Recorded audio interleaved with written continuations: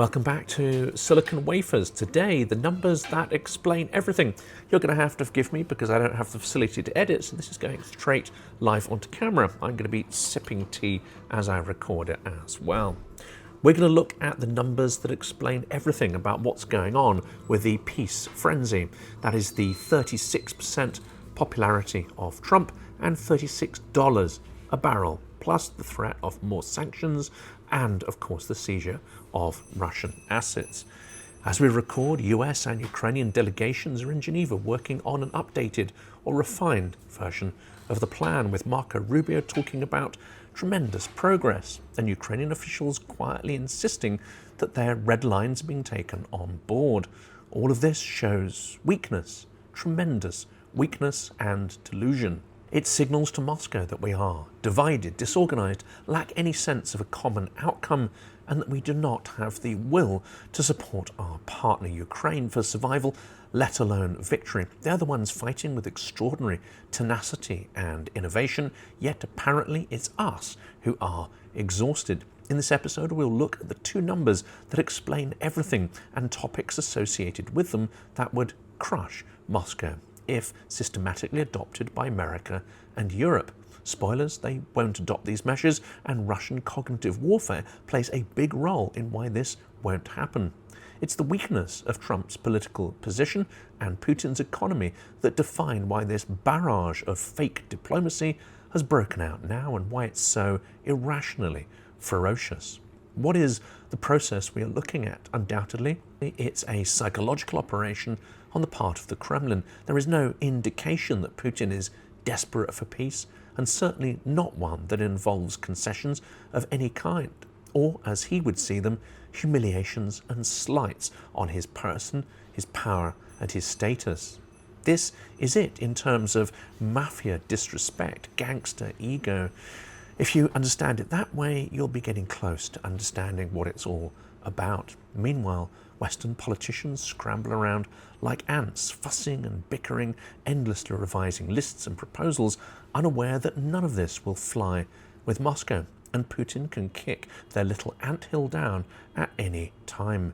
Putin sees the unacceptable initial 28 points as simply a foundation, suggesting he will demand more and more and more, which is entirely characteristic for his approach to such processes, but is also in keeping with the Moscow school of negotiation as described by Keir Giles in his book Moscow Rules. We are arguing about how many angels there are on a pinhead, when these angels are illusory and the pinhead is irrelevant to the outcomes we need to achieve. Americans say that Europeans are weak with their need for consensus and their focus on values and rights. And Europeans are appalled at the value-free, extortionate, appeasing and lazy approach of the US to this process. The literal chaos and jockeying for influence by Witkoff that led us to this Alaska mess and now the current mess as well. Well, they are both right, because none of this acts as a deterrence to Moscow. Rather, it's a provocation. Look, thinks Putin, my grinding aggression will defeat this chaos eventually. The only impediment, the only barrier to the Russia advance is this stubborn and unreasonable Ukraine. Don't they know that they're defeated already and that defeat is inevitable, screams the Kremlin, and it seeps into the mindset of American and European politicians, diplomats, foreign policy experts, the media and the public. But Ukraine is not defeated and has no intention of being defeated and cannot practically be conquered in its entirety by Russia. Only Ukraine does not fear Russia, and only Ukraine is not cognitively manipulated to the point of inaction and surrender. We in the West have lost political courage, political will, the kind of will that we had in the Cold War, but we can no longer muster.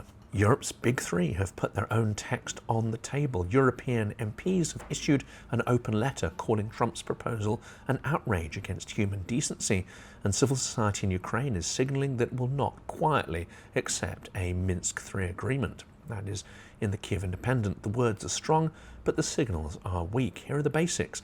A peace deal that locks in aggression, rewards Russia and leaves Ukraine vulnerable is not peace. It's a time bomb. Peace without justice is no peace at all, and not just because it breeds resentment, but because without any recognitions of the crimes, without any contrition, Moscow will prepare to do it all again. We can repeat is their mantra. A deal that ignores justice for war crimes and deported children rips up the idea of a rules-based order. But it does create a lawless foundation for the new world disorder that Putin prefers. His objectives remain the erasure of Ukraine and effective destruction of the EU and NATO as well. And a process that is imposed on Ukraine rather than done with Ukraine's input and consideration, it repeats the worst habits of great power politics that got us here in the first place. It would trigger huge pressures within Ukrainian society and the military, which would be hard to contain. If there is to be a real peace, it must be built on three pillars: Ukraine's sovereignty and 1991 borders, meaningful security guarantees that deter future aggression, and justice, not amnesia for the crimes committed. Anything less won't make an end of the war, but at best a brief hiatus. But then Trump is concerned only with the immediate optics of peace, not the durability or sustainability of it. His personality, his politics, and his regime live in the moment, in an ever-changing fire hose of media headlines, a wave he wants to dominate and control, but which have no real strategic foundation or longevity. So why now? There are two ticking clocks: Trump's politics and Putin's oil. So why the rush? Why a Thanksgiving deadline? Why language about weeks, not months, days even, for a process that historically would take months and years to conclude? And why this sense that Ukraine and Europe must be bounced, even coerced, into a decision now? Well, there are two clocks ticking in the background, one in Washington's polling and one in Moscow's oil sector. Clock one, Trump's 36% problem. Let's start with the politics. Recent AP, NORC and Newsweek write-ups of US polling put Trump's approval at around 36%, with roughly 6 in 10 Americans disapproving of his performance. In other words, his governing with well under 40% support, and his numbers on foreign policy are underwater, even in the more sympathetic Fox News polling. Under those conditions, a fast, media-friendly "I ended the Ukraine war" moment is political gold, and the absurd timeline created to get it done for Thanksgiving in the US. It reframes him from a flailing crisis manager to a deal maker in chief. It gives him a concrete story heading into the next election cycle. I forced Europe and Kiev to be reasonable. I stopped the killing. The globalist warmongers hate it, etc., etc. It distracts from domestic chaos, shutdowns, scandals, court battles, the prices of groceries over the same Thanksgiving holiday, with a huge foreign policy spectacle. Multiple outlets, from Indian and US coverage to European reporting, confirm that the White House has set November 27th as a loose deadline for Kyiv to respond to the 28-point plan, with delegations dispatched to Geneva to begin detailed consultations. That's from the Times of India. Trump himself, in US interviews, has described this deadline as loose and not my final proposal. But the point of a deadline isn't legal, it's psychological. It creates a news hook.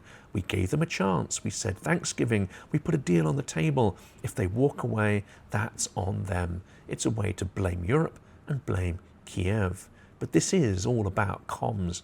It's not about reality or justice.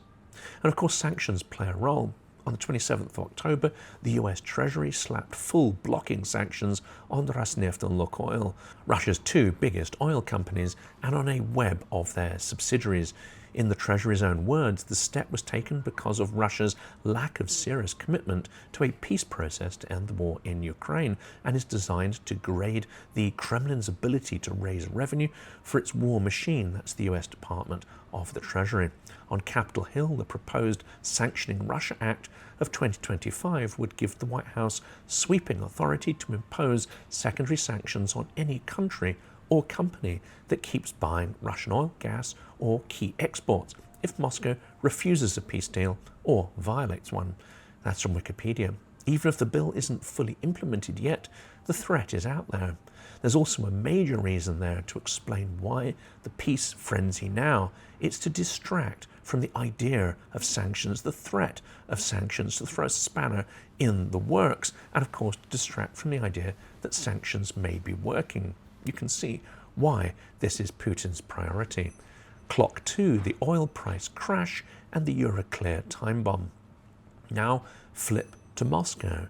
Russia's flagship, Urals crude, has just had a brutal moment. According to Argus data reported by Bloomberg and picked up by the Kiev Independent and specialist energy outlets, Urals at the Black Sea port of Novorossiysk plunged to around $36.6 a barrel, its lowest level in nearly 3 years, as buyers pulled back ahead of the US Rosneft-Lukoil sanctions coming fully into force.